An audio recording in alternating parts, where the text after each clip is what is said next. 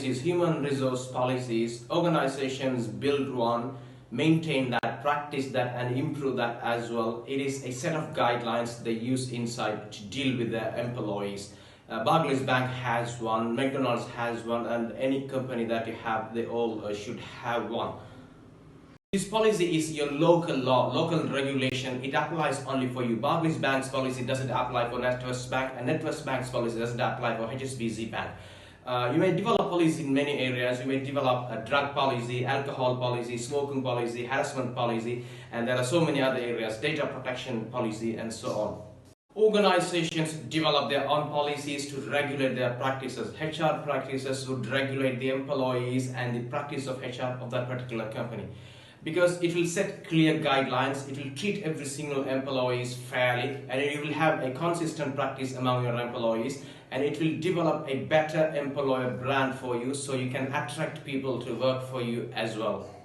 You cannot just simply sack one of your employees because he was misbehaving. You have to have a dismissal policy that will tell you how it works, or discipline policy that will tell you how to discipline your employees.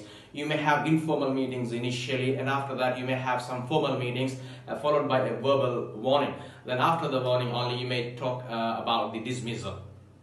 Now the question is, what is the connection between the country's labor law, country's regulations that apply to every single company when you recruit people, when you get people to work for you, and the policies that you develop for yourself inside your organization? Your policy doesn't apply beyond your organization, that applies only for you, but the country's regulation that applies for every single company when they operate within that jurisdiction. Now we have laws, National Minimum Wages Act, and Race Relations Act, Sex Discrimination Act, Disability Discrimination Act, and many more. You can develop policies under this disability policy, sex discrimination policy, wages policy, and so on. So when you make these policies connected to these laws, what is the impact of this law?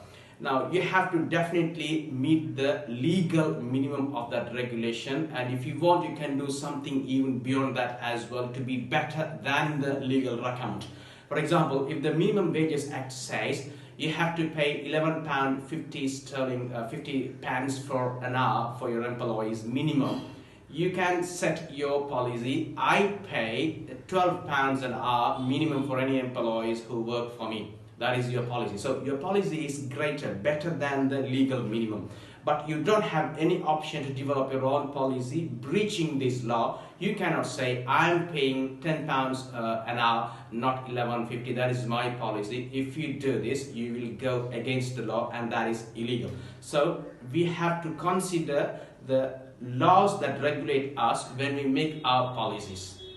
Now the next question is about what is the impact of HR policies in your HR practices. If you have better policies than your competitors in the labor market, you would easily attract people to work for you against your competitors. If you are British Petroleum, if you say, if you work on a public holiday, I pay you 3 times, 3 hours money for 1 hour's work, while Shell says we pay time and half, people would want to prefer to work for you. If you have some good harassment policies, then your competitors, females, may want to work for you because they feel safe inside. And if you have some good working time and time off policy, they would want to work for you over the other companies. So you always make your policies in line with the other competitors as well. You have to compare the policy of the competitors also, so that you can strategically position your organization in the labor market, so you can attract people to work for you. Develop HR policies in many areas: recruitment and selection policy, health and safety policy, equality, diversity policy, pay, rewards and benefits policy, working time and time off policy, performance improvement policy, whistleblowing policy, protected disclosure policy, training and development policy, and maternity paternity policy. And there are many more areas you can develop policies at. Policies are made, there are 2 aspects to understand the context of it. Number 1, when you make a policy inside your organization, there may be a law outside that regulates you with that policy as well. Pay, rewards and benefits policy, you may develop a policy to say how much money you're going to pay minimum for an hour for your employees, whereas the Minimum Wages Act says you have to pay £11.50 an hour, that's a minimum. But when you develop your policy, if you say I'm going to pay £12 an hour, it is a policy because your policy is greater than the legal minimum.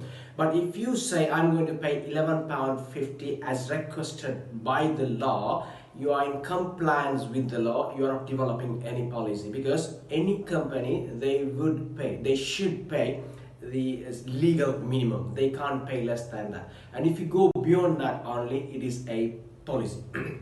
Another example, which is about a policy that you develop, but there is no regulations on that. For example, is about smoking policy. There are no regulation that says how to regulate the smokers, whoever they work for you, and the regulations on that, where you can develop your own policy, smoking policy, and you can make it as you want. You don't need to worry about the law because there is no law to regulate that. However, you may consider the smoking policies of the other organizations as well, so that you can be attractive to your employees to work for.